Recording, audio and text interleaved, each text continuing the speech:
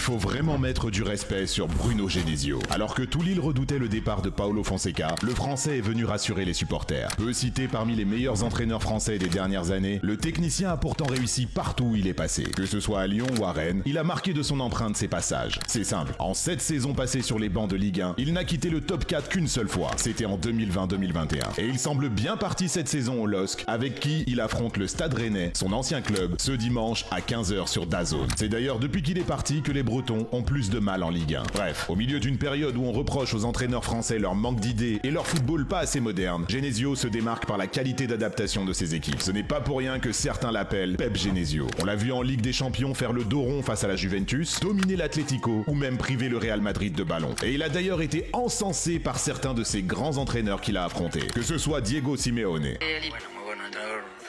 Thiago Motta, Le départ, il a fait des bons travaux. et même le grand Carlo Ancelotti. El equipo rival a jugado mejor que tú y que ha merecido ganar. Nosotros... Une capacité d'adaptation à ses futurs concurrents qui rendent ses équipes imprévisibles. Et après un début de saison en dents de scie, avec des défaites face à Paris et Saint-Étienne, les Dogs semblent lancés. Car depuis le 17 septembre, les hommes de Genesio n'ont perdu qu'une seule rencontre. Et sa philosophie concorde parfaitement avec celle du LOSC depuis quelques années. Parce que Bruno Genesio, c'est le genre d'entraîneur à aimer prendre des risques et donner sa chance aux jeunes joueurs. Dans un effectif où l'âge moyen est de 25 ans, le Français responsabilise et donne sa chance à des pépites. Ayoub Boadi, Ossam Sarawi, Mathias Fernandez et j'en passe. Sur les 24 joueurs utilisés par le technicien cette saison, 15 d'entre eux ont moins de 25 ans et seulement 6 d'entre eux ont plus de 27 ans. Face à son ancien club dimanche, le technicien aura un adversaire de taille en la personne de Jorge Sampaoli. Tout juste arrivé en Bretagne, l'Argentin au fort caractère aura pour mission de bien commencer son aventure rennaise. Un duel qui s'annonce passionnant à retrouver dimanche à 15h en exclusivité sur DAZN.